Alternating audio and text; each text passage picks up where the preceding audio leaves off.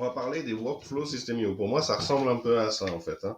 C'est les tuyaux dans lesquels tu passes, tu vas à un autre endroit, tu peux revenir, hop, partir dans un autre sens, arriver par là, etc.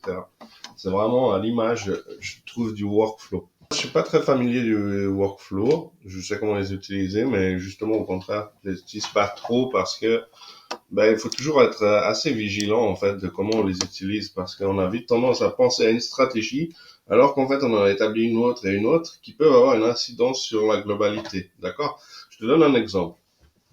Si tu décides d'envoyer un email, ok.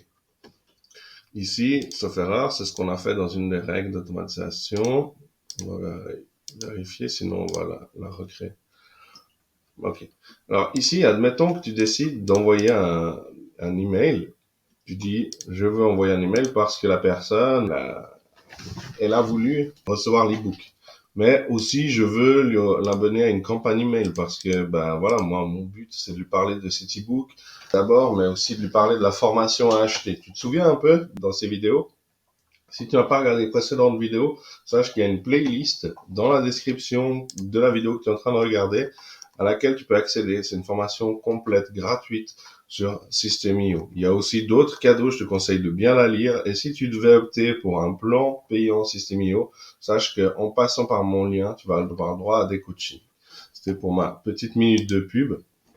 Et là, en fait, hop, tu vas donc envoyer un email et envoyer la campagne. Ce qui va se passer à ce moment-là, c'est que la personne va recevoir simultanément ton email et simultanément la campagne. Ici, visuellement, c'est sous nos yeux.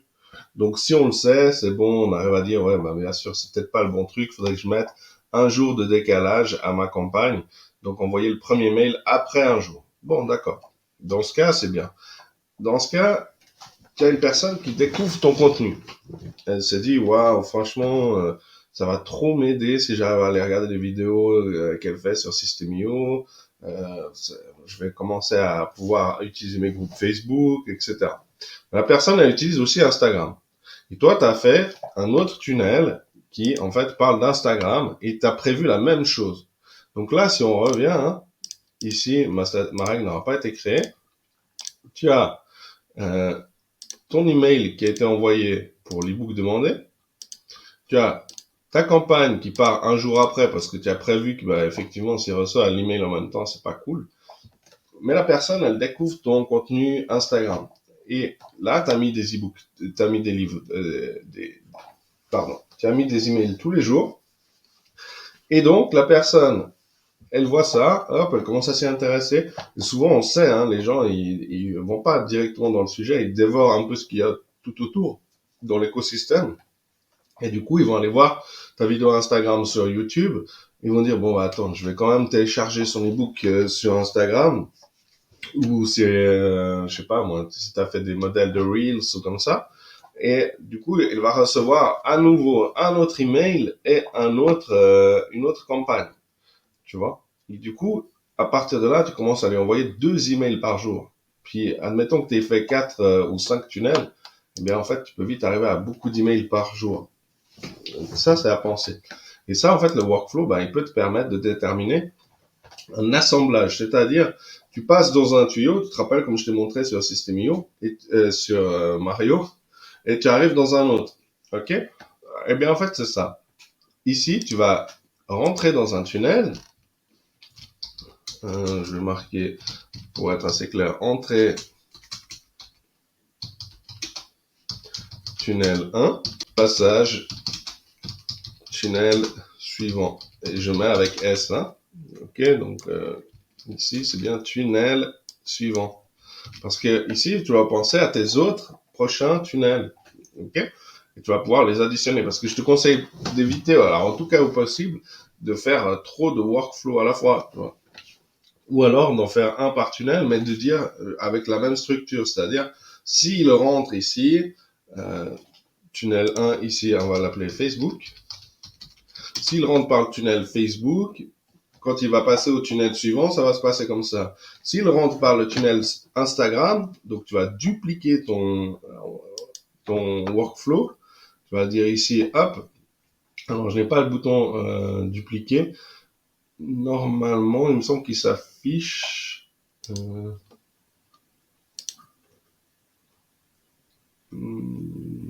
on n'a pas dupliqué le workflow. J'étais sûr qu'on avait dupliqué le workflow. Bon, déjà, il faudra l'activer. Mais à ce moment-là, tu vas recréer alors donc ton deuxième workflow de la même manière, ok? Alors pour ça, c'est assez simple. Tu prends un onglet, tu fais dupliquer, et puis en fait, tu vas copier les actions, sachant que c'est un autre workflow cette fois-ci qui sera le workflow Instagram que tu vas commencer à travailler en parallèle. Donc tu l'ouvres, hop, tu l'ouvres ici, et là tu fais bien attention de bien regarder le workflow Facebook et de travailler sur le workflow Instagram. Ici, je l'ai pas créé, d'accord, on arrive à le deviner. Donc ici, on crée un premier déclencheur. Notre premier déclencheur sera, par exemple, le tag ajouté. Ok? Donc on aura le tag. Alors cette fois-ci, c'est pas il répond à mes besoins. Il faut juste que sinon ça risque de te rendre les choses difficiles. Je vais retourner. Tac. Je vais sur tag. Hop. Et ici, j'avais mis alors une emoji comme ça. Tac, tac. Tu te rappelles? Dans la vidéo sur la création de la page de capture, ça explique les emojis que ici c'est le nom du projet et ici c'est cadeau, donc capture. Ok? E-book, Facebook. Tac. Normalement, je crois que c'est ce nom que je lui avais donné et c'était pas e-boom, mais e-book. Quoi que ça serait sympa, tu mets e-boom dans une publication, peut-être ça pourrait plaire aux gens. Ça ferait peut-être rigoler. Et donc ici, bon, je l'activerai au dernier moment. Je serai toi, je ferai pareil parce qu'en fait, si tu l'actives déjà et qu'il y a des gens qui rentrent sur un projet existant, c'est ce qui va se passer en fait, au fur et à mesure. Tu vois, tu vas lui dire bon, lorsque tu ajoutes un tag, tac, tu fais ceci, cela. Donc, juste pour dire que le workflow, c'est lui dire d'entreprendre des actions. Donc, si tu lui dis d'entreprendre des actions, lui, il va les entreprendre. C'est pour ça que le laisser inactif fait qu'il va pas les entreprendre. Alors, ici, il faut savoir qu'il y a une flèche à droite qui va être un second déclencheur, d'accord? Alors ici, on peut mettre inscrit à la campagne ou inscrit à la formation Kinsta. Donc moi, je serais toi, je me suffirait de dire ça. Ok, et là, on va dire, alors, action, si la personne a reçu ça, elle a reçu accès à la formation, mais admettons, on va les passer en revue. D'abord, on va passer ça en revue. Donc, tu as les actions, c'est-à-dire tu fais ça tout de suite et maintenant. Tu as les décisions, c'est-à-dire si le tag a été ajouté, alors, et que c'est le contact Facebook, ou que ce n'est pas celui-là, ou etc. C'est du conditionnel. Tu lui dis où et où. D'accord? Si le tag a été ajouté, ou alors, inversement, si le tag, si la personne n'a aucun tag, ok? Mais créer, tac. Ok. Et en fait, tu vas pouvoir cumuler les conditions ou n'en dire qu'une seule. Donc là, je dis si le tag a été ajouté, soit tu fais ceci, cela, donc tu fais une action, soit ce n'est pas le cas et tu fais ceci, cela, tu as une action. Mais ça inclut que la personne, elle est rentrée par quelque part, elle est dans ton système IO, dans ce cas présent. Parce que sinon, le système IO va pas pouvoir déterminer que la personne est là ou non, ce tag. Il ne la connaît pas. J'imagine qu'à ce stade, ça va commencer à être compliqué pour toi. Mais il faut essayer de te dire que voilà, c'est pas forcément quelque chose que tu vas utiliser, juste prendre conscience que ça existe, puis peut-être le jour où tu vas commencer à l'utiliser, là tu poses tes questions à la communauté, et petit à petit tu élabores ton workflow, ou en coaching privé avec moi. Je peux comprendre que ce soit pas forcément des plus clairs. Et là, le plus important là-dedans, justement, c'est de dire, tiens, on peut mettre un délai. C'est-à-dire, on peut mettre une journée, une heure, une minute, une date exacte. Maintenant, il y a la date exacte. Donc, on pourrait dire à partir de. Donc, ça, c'est très important à retenir. Pour l'instant, ça va pas te servir, mais dans certaines stratégies, tout d'un coup, tu vas dire, le workflow. Bien sûr, je peux mettre la date exacte. Et à partir de là, tu pourrais déclencher une action. Alors, admettons que moi, je veuille quand, je sais pas moi, admettons qu'on dise qu'en 2029, les gens prévoient la fin du monde et j'aurai donc décembre 2029, le 15, les gens prévoient la fin du monde et puis j'aurai un truc sur le sujet à faire et puis on va dire 2 semaines avant, je veux lancer ce truc. Je sais pas, c'est un projet parallèle parce que j'ai pas d'exemple à te donner. Ou alors inversement, tu dis bah pour l'été, elle a donc l'été qui vient en 2025. Ok, tu dis je sais que moi je veux lancer un projet parce que l'été, typiquement je connaissais un formateur qui lui lançait ses projets en décembre. C'est-à-dire fin novembre, hop, tu commençais à le voir juste au moment de la fin du Black Friday. Et tac, tu le voyais jusqu'à Noël. Il bombardait de pubs. Et en fait, chaque année, il sort son produit comme ça. Et ben là, à partir de là, tu peux dire, voilà, moi je vais tout mettre en place pour que j'ai mes saisons comme ça, où je lance un truc particulier, et les workflows seront de saison. Bon. Ici, on va passer en revue maintenant les actions. D'accord? Parce que c'est celles-ci qui vont déterminer ce qu'on fait, hein, finalement. Les délais, tu les as probablement compris. Le conditionnel, c'est pas sûr que tu l'aies compris. Je vais essayer de te redonner un exemple. Ici, tu dis la personne, elle est inscrite, admettons que la personne, bon, elle a le tag Intel, tag contact marqué avec Intel, ajouter une condition, la personne a une activité dans les emails, donc elle lit les emails, et puis bah là, elle a cliqué dans l'email que j'ai trouvé Black Friday, mais du coup, elle n'a pas fait de vente, elle n'a pas été inscrite comme vente. Tac, donc n'a pas le tag, n'est pas marqué avec le contact de vente. Ici, je ne l'ai pas puisque je n'ai qu'un seul. Et là, du coup, on pourrait dire renvoyer des emails avec un délai ou comme ça, tu vois, comme je te le disais pour les campagnes à panier perdu. J'espère que ça puisse t'aider dans cette compréhension du décisionnel. Ici, les actions. Alors, on a ajouté un tag. Donc, si la personne a un tag ajouté, on peut faire ceci, cela. Ou alors, inversement, donc ça, c'est dans le déclencheur. D'abord, peut-être passer le déclencheur. Si la personne a un tag ajouté, tac. Si la personne a eu un tag qui a été retiré. Si la personne est inscrite au formulaire d'un tunnel, tu lui donnes le formulaire. Inscription au formulaire de la plage de blog. Donc, savoir qu'il y a souvent des actions qui apparaissent dans le workflow un peu discrètement, mais il faut de temps en temps aller jeter un œil. La campagne email est terminée. Et ça va être très très utile dans notre cas. Ok? Alors typiquement, on va dire que notre déclencheur ici ne sera pas la campagne email terminée pour l'instant, mais on va inscription au webinaire, inscription à la formation. Tout ça, je pense que ça se passe d'explication. Formation terminée. Donc là, la personne a cliqué dans la formation sur tous les boutons, passer au suivant, marquer comme terminé, marquer comme terminé, marquer comme terminé. Okay. Module terminé ou chapitre terminé. Ça, c'est dans la formation. Soit c'est le module, soit c'est le chapitre, tu l'auras compris. A reçu un accès au pack de formation. Là, peut-être tu vas délivrer quelque chose de particulier, je ne sais pas. Ou une offre spéciale de coaching, quelque chose comme ça.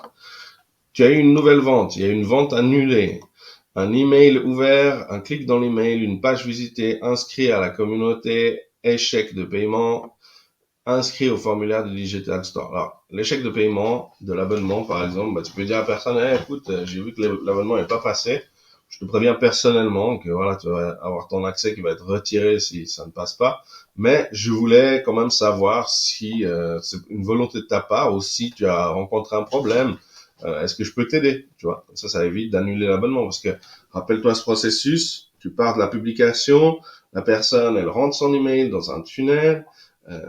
Tout ça, tu l'as conçu ce tunnel, hein, tu as passé des heures dessus, tu lui as présenté un abonnement, la personne, elle s'est abonnée, et là, donc, tu as fait tout ce processus, et peut-être même tu as payé de la pub préalablement pour ta publication, et là, en fait, tu arrives au point où tu pourrais dire, peut-être ça va aller mieux, c'est pas très loin, tu vois, on va dire cette distance-là, comparé à toute la distance que tu as faite, peut-être tu vas faire ton paiement, ou peut-être tu vas annuler, et du coup, hop, la porte se ferme. Ou alors, la personne, elle va rester peut-être sur le très long terme.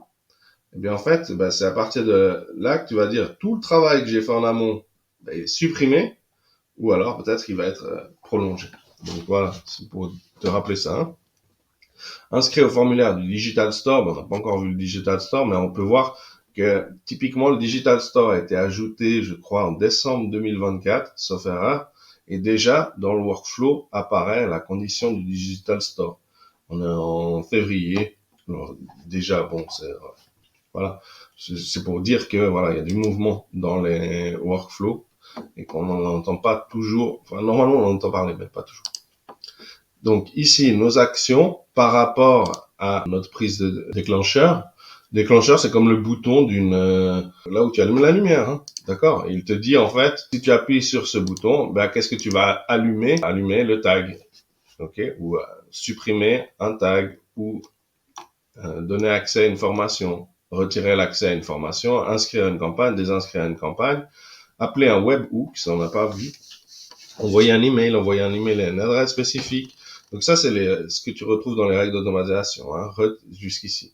Retirer l'accès à une communauté, inscrire au pack, retirer au pack, ajouter une nouvelle ligne à un Google Sheet, attribuer une étape de pipeline. Pipeline, c'est aussi une nouvelle fonctionnalité qu'on n'a pas encore vue, qui vient d'arriver, mais que je t'ai dit dans une précédente vidéo, c'est plutôt dédié au travail en équipe, ou alors si tu as des closers ou comme ça, pour pouvoir avoir une ligne de quel est l'état du prospect, ou si tu fais du high ticket. Si tu fais de la petite formation, franchement, je te conseille de pas te casser la tête avec ça, mais bon, ça c'est personnel à chacun. Alors ici, ce qui serait plutôt intéressant, c'est que à la place du tag ajouté, on va dire campagne email terminée. Lorsque cette campagne email est terminée, tu te souviens, Facebook, Instagram, etc. À partir de là, tu peux l'inscrire sur Instagram. Donc ici, on pourrait dire, notre tag est ajouté à Facebook. Une décision, si la personne a le tag, et donc là, on créerait un autre, on dirait justement le tag Instagram. Dans le conditionnel oui, non, on pourrait dire, alors oui, elle a le tag Instagram qui est déjà ajouté, parce que là, il part du principe que c'est un nouvel ajout. On va dire le tag Instagram est déjà ajouté, alors désinscrire de la campagne email Facebook. Comme ça, on attend ensuite. Là, c'est embêtant parce qu'on n'a pas les tags. On attendrait ensuite et on lui dirait, en fait, lorsque la campagne est terminée, hop, de lui renvoyer la campagne Facebook à ce moment-là. Ou alors, vraiment, on ne fait qu'une campagne pour simplifier. Mais il y a ces possibilités. C'est vraiment pas simple à gérer, ni même à montrer, surtout quand on n'a pas les tags qui vont avec. Parce qu'il faut avoir beaucoup de tags pour pouvoir gérer les workflows. Avec un tag et une règle, c'est simple. Tu n'utilises pas le workflow. À moins de quelques petites exceptions. Mais en général, tu vas pas utiliser le workflow, quoi. Et à partir de là, voilà, tu pourrais jongler avec ici un autre déclencheur, additionner ton déclencheur, additionner les décisions et les actions. Donc, comme je te le disais, c'est pas super simple, mais par contre, ça permet de faire des trucs assez sympas dès que tu veux aller un peu plus loin dans tes stratégies. Et surtout, de passer d'un tunnel à un autre, ok? Que ce soit par ici à l'horizontale ou ici à la verticale. Et commencer à donner tes décisions. Et le workflow peut commencer à devenir énorme, hein, au bout d'un moment. Bon, il y en a qui, des fois, selon moi, se cassent un peu trop la tête pour des décisions qui pourraient être beaucoup plus simples. Et la difficulté du workflow, c'est de bien prévisualiser, parce qu'en fait, tu n'es plus dans ton tunnel en lui-même, et en plus, tu n'as pas sous les yeux les règles de ton tunnel. Donc, c'est un stade un peu plus avancé. Tout simplement, voilà, ça a la chance que ça existe dans les cas où on en a besoin.